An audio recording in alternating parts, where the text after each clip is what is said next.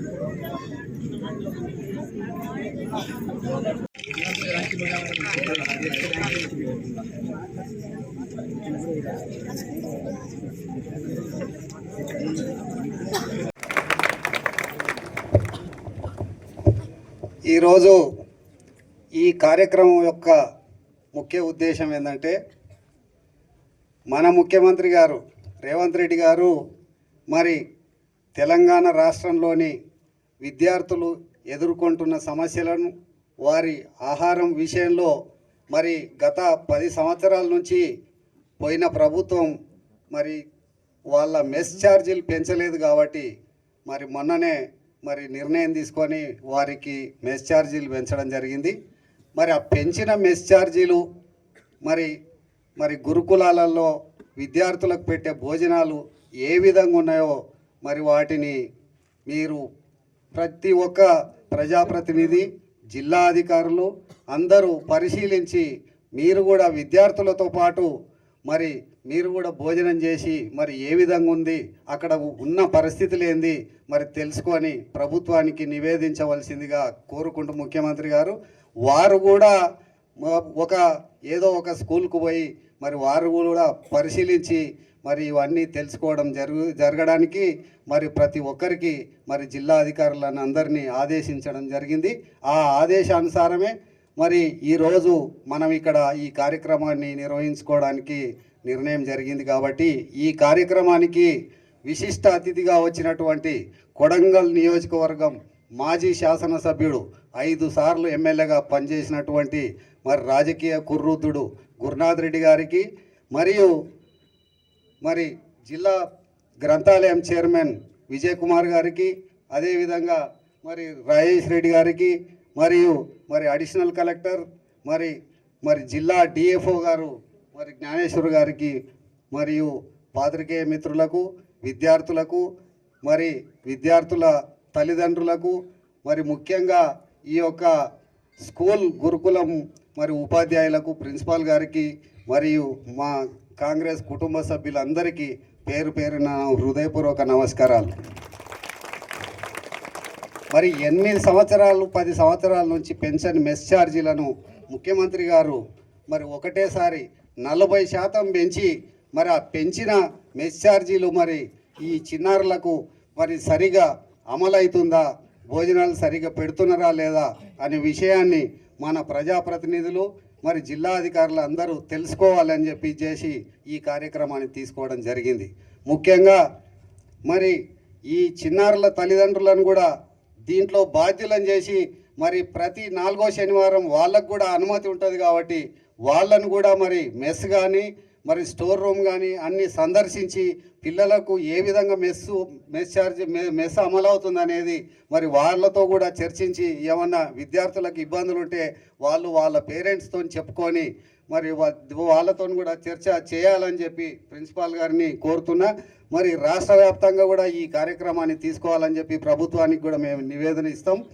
మరి ఎందుకంటే మరి పిల్లల బాధ ఏందో మరి ఉపాధ్యాయులకు మరి ఫ్రీగా చెప్పుకోలేరు కాబట్టి మరి వాళ్ళ తల్లిదండ్రులకు చెప్పుకుంటే తల్లిదండ్రులు మరి ప్రిన్సిపాల్తో కానీ ఉపాధ్యాయులతో కానీ చర్చిస్తే కొంత ఫలితం ఉంటుంది కాబట్టి మరి ముఖ్యంగా మరి వారంలో ప్రతిరోజు ఏం డైట్ ఉండాలి, ఏం భోజనం పెట్టాలి పిల్లలకు అనేది మరి ప్రభుత్వం వారు ఒక చార్ట్ కూడా ఇవ్వడం జరిగింది. ఈ చార్ట్ ప్రకారం ఏ రోజుకు సోమవారం ఏంది, మంగళవారం ఏంది, బుధవారం ఏంది, గురువారం ఏంది, శుక్రవారం ఏంది, శనివారం ఏంది, ఆదివారం ఏంది, ఏ రోజు చికెన్ పెట్టాలి, ఏ రోజు మటన్ పెట్టాలి, ఏ రోజు గుడ్డు ఇవ్వాలి అనే విధంగా ప్రభుత్వమే ఈ చార్ట్ తయారు చేసి ఇవ్వడం జరిగింది. కాబట్టి ఇప్పుడు దీంట్లో ఏ విధమైనటువంటి అవకతవకలు ఉండవు.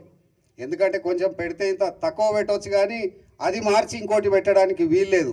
కాబట్టి మీరు అందరూ ఈ పిల్లలందరూ మరి దాన్ని అవకాశంగా ఉపయోగించుకొని మరి మంచిగా తిని మంచిగా స్పోర్ట్స్ ఆడి మంచిగా చదువుకొని, ఎందుకంటే ఇట్లాంటి గురుకులంలో చదివిన వాళ్ళందరూ మరి చాలామంది ఐఏఎస్లుగా ఐపీఎస్లుగా సెలెక్ట్ అయ్యి మన రాష్ట్రానికి డీజీపీ మహేందర్ రెడ్డి కూడా ఒకరోజు సర్వేల్ స్కూల్లో చదువుకున్నాడు అని చెప్పి మరి తెలుసు.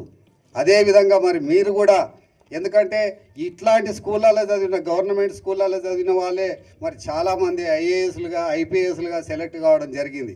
మరి మీరు కూడా మంచిగా చదువుకొని మరి పొద్దున లేచి మరి ఎవరికి వారు స్నానం చేసి తల దూకొని మరి మంచిగా కటింగ్ చేయించుకొని మంచిగా స్కూల్కు తయారైపోయి మరి ఇచ్చినటువంటి సదుపాయాలను అన్నిటిని ఉపయోగించుకొని మరి షూ అన్నీ నీట్గా పెట్టుకొని మంచిగా చదువుకొని మీరు పెద్దగా మరి ప్రభుత్వ ఉద్యోగాలు కానీ సాఫ్ట్వేర్ ఉద్యోగాలు కానీ ఎన్నో విధాలుగా మరి అభివృద్ధి చెందొచ్చని తెలియదలుచుకున్నా. ముఖ్యంగా మరి రేవంత్ రెడ్డి గారు ఈ కొడంగల్ నియోజకవర్గానికి మరి ముఖ్యంగా మెడికల్ కాలేజ్ ఇవ్వడం జరిగింది.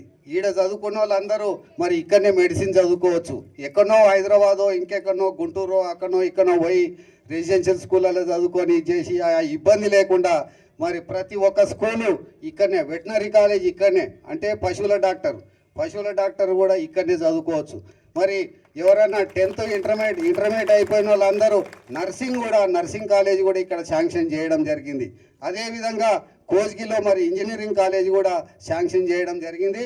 మరి ఇప్పుడు మరి కాలేజ్ నడుస్తూనే ఉంది. మరి ఇక్కడి విద్యార్థులందరూ మరి ఇక్కడనే మన ఇంటి నుంచే పోయి మరి కోజిగిల కానీ కొడంగల్ కానీ చదువుకొని సాయంత్రానికి మళ్ళీ ఇంటికి చేరి మరి చదువుకోవచ్చు అనే ఉద్దేశంతోనే ముఖ్యమంత్రి గారు ఎంతో శ్రమించి మరి 1000 కోట్లు శాంక్షన్ చేసి మరి ఈ విధంగా అన్ని మరి స్కూళ్ళు కానీ కాలేజీలు కానీ శాంక్షన్ చేయడం జరుగుతుంది. అదేవిధంగా ముఖ్యంగా ఏ తాండకు కూడా మిలగకుండా ప్రతి ఒక్క తాండకు రోడ్లు కూడా శాంక్షన్ చేయడం జరిగింది.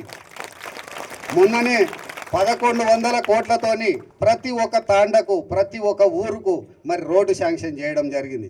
ఆర్ఎండ్బిలో కూడా మరి ఆర్ఎండ్బి రోడ్లను కూడా 1200 కోట్లు మరి శాంక్షన్ చేయడం జరిగింది. అంటే ఒక్క రోడ్లకే 2200 కోట్లు మరి మన ముఖ్యమంత్రి గారు రేవంత్ రెడ్డి గారు మీ రేవంత్ అన్న మరి శాంక్షన్ చేయడం జరిగింది. మరి ఈ విధంగా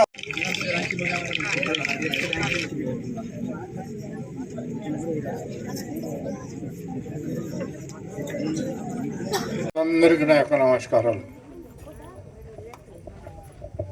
మిత్రులు తిరుపతి రెడ్డి గారు, అదే కాకుండా డిఫరెంట్ పోర్ట్ఫోలియోస్ ప్రెసిడెంట్లు వచ్చారు, వ్యవసాయ ప్రెసిడెంట్లు, గ్రంథాలయ ప్రెసిడెంట్లు, అందరికీ నా యొక్క వందనాలు చెప్తూ, ఒక అబ్బాయి శ్రీరాముని పేరిట ఒక పాట పాడాడు, విన్నరా? శ్రీరాముడు మనం ఏమనుకున్నాం? ఒక దైవశక్తి, ఆయన ఒక అవతార పురుషుడు శ్రీరాముడు అనే భావన మనలో ఉంది కాబట్టి ఆ అబ్బాయి పాట పాడాడు.